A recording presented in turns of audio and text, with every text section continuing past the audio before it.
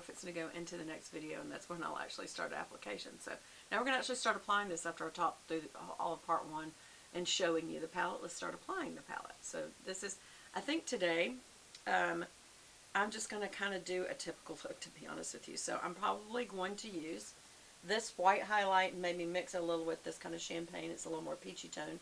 This, you can ask for a better transition color than this. It's just more pink undertone. This one is a more yellow undertone. So you could use either one of these. They're matte. They're good for transition. And then you've got this darker kind of chocolatey brown that's matte. But if you wanted to, you could add a bit of a shimmer with this much darker chocolate. And then you've also got some other shimmers. And I would say for these, I would use on my lid. So let's just get started. And I am going to first of all do an all over kind of a, where is it there? Okay, this is an E70 from Sigma. It's a medium angled, what am I trying to say? Medium angled shader. So this just puts down whatever I want to put down first. Some people like to put down the neutral color all over the eye. I prefer, I mean we could, but I prefer to put down what I'm going to put in my highlight. So I'm going to put this. It also gives tapping it off a little. It also gives a nice bright undertone, and I'm just going to go backwards and forwards. And the reason is when you go backwards and forwards, you fill up those pores, and that's where it helps stay on, and it also helps blend it out. Then I'm going to take that same color and come down into the tear duct, just straight up and down over the tear duct. And do you see how that just fills the top and the bottom of the lid, and then I go across the lid.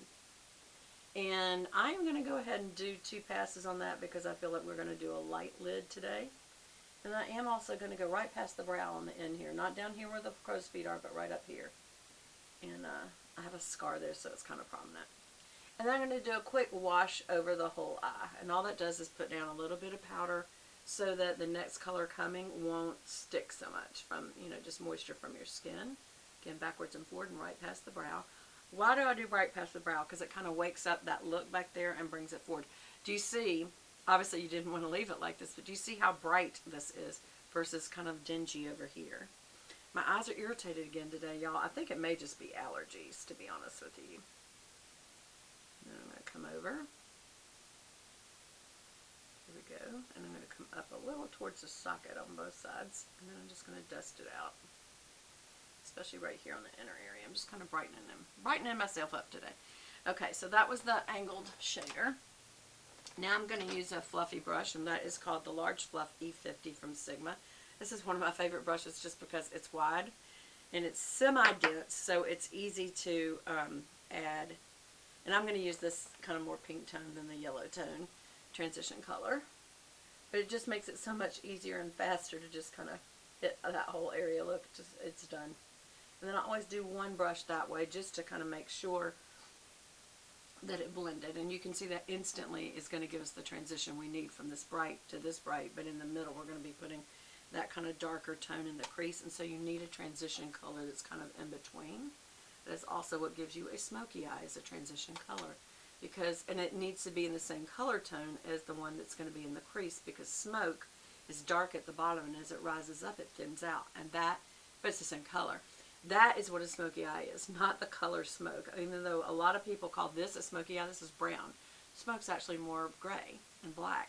So, and that's what, when people do a smoky eye with that, they're like, oh, it's smoke colored. It's like, that's not what that means. Oops. I actually had a little powder on the edge there, and it just went into the white. I was a little overloaded. So what I'm going to do is go get that brush. This is what you do. Go back to the color I had before. And just kind of dust that down. And then we'll just kind of reapply there. Might as well reapply here too. And we'll just have a very bright eye today. There we go. Yeah, that got a little overdone there. Okay.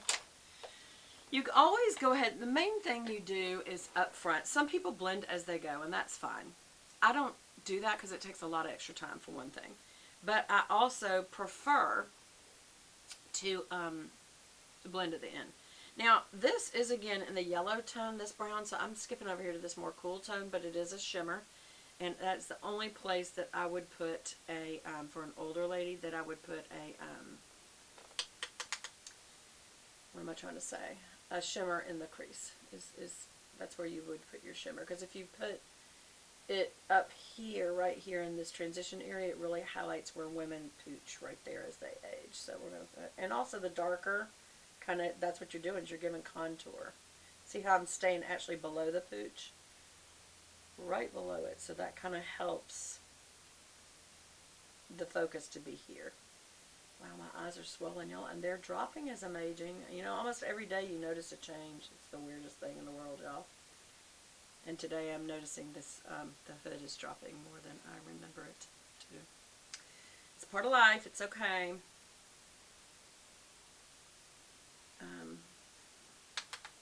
You know, as our beauty changes, we're very aware of end of life, because you start having arthritis, so your hands aren't as pretty, and you start having wrinkles and the hooded drop on your eyes, so your eyes aren't quite as pretty, and then the vision of what pretty is starts changing, because you're just glad to be healthy, and that's what's pretty, you know. So it's just, and you know, I've noticed that because of my hands, I can't wear rings as much, and I really enjoy jewelry, so I'm counting on my earrings.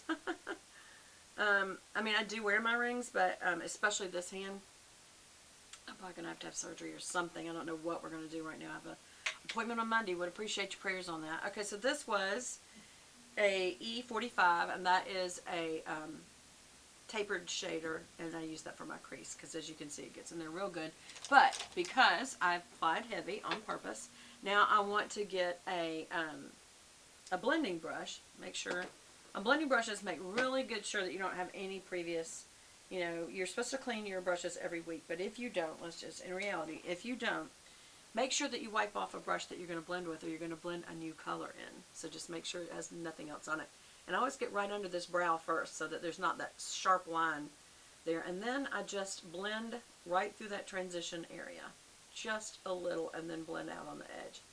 Because all I want to do is blend out lines. do you see, it also takes the color down just a little bit.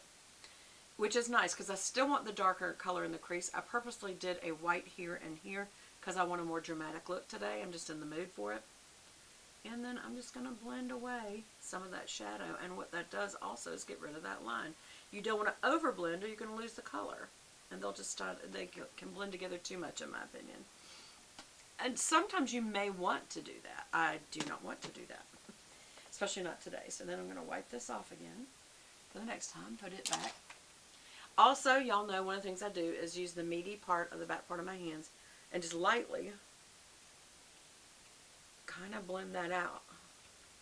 Just so it's kind of, there is shadow, but it's not so exact, and it is definitely not a line, because I just blended it out. Okay, now I'm going to take my E20 short shader. This is a very dense, packed shader, and because, if you see, turn it sideways, it's wide that way, but it's skinny that way, so you can also use it for a liner. And what I like to use is whatever color I used in my crease is what I use through my lashes on my lower lash line.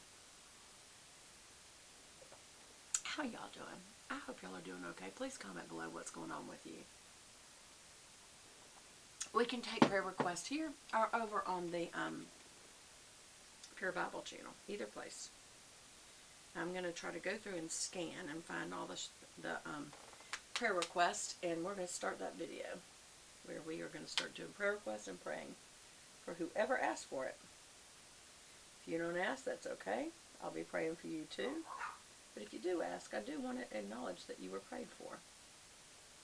I've been praying for you anyway, those of you who've asked about certain things, but I'd like to do it publicly where we can kind of pray together in video. Also going to kind of support my brow with this color just a little bit, usually on the underside. And see, I just ran through the lashes. And all that does is kind of fill in that little fleshy color between the lashes that makes it, just makes them look a little more filled in. And then also I connect it here on the edge and then kind of stamp in on the upper lashes a little bit. Sometimes I take it all the way in, sometimes I don't. Again, we're just going to kind of support this brow too.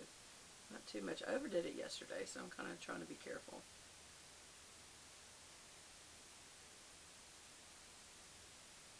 There.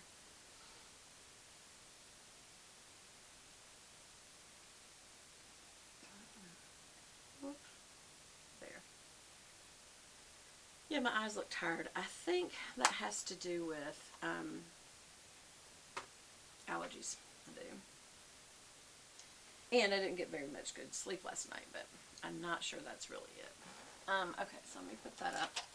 Now, we want to look for any fallout, because I feel like there was fallout there, y'all. And so I'm going to use a dual fiber brush. This is a small dual fiber. It's a F. E stands for eye in Sigma Beauty, and F stands for face. So this is an F55, and I would not do without this one, because this or a fan brush. Some people like to use a fan brush. Let me show you. I say fan brush all the time, and some of you, I'm always assuming everybody knows everything about makeup, and I shouldn't. This is a fan brush, and it's used, this is an IT Cosmetics fan brush. I think this, because that color is a special selection my husband got for me. Wasn't that sweet? But you can use this to dust things off, or this is a great thing to use for highlighter, to just kind of do that way or that way, and maybe we'll do that today. But this is good for just flicking off. First of all, it's good for applying foundation, and whether it's powder or cream. If it's cream, you're going to have to clean it very often, because the ends of it are very flimsy, and that's on purpose. The bottom is real dense, and that's what makes it bend so easily and flick stuff off rather than rubbing it in. But right on the crux to the nose, either side of the nose, if you have a big nose like me, and on the nose bone, sometimes powder will get there, and then also obviously under the eye and on the cheek. So it's just good to check. And I feel like my nose got too orange with my bronzer. Anyway, wipe that off.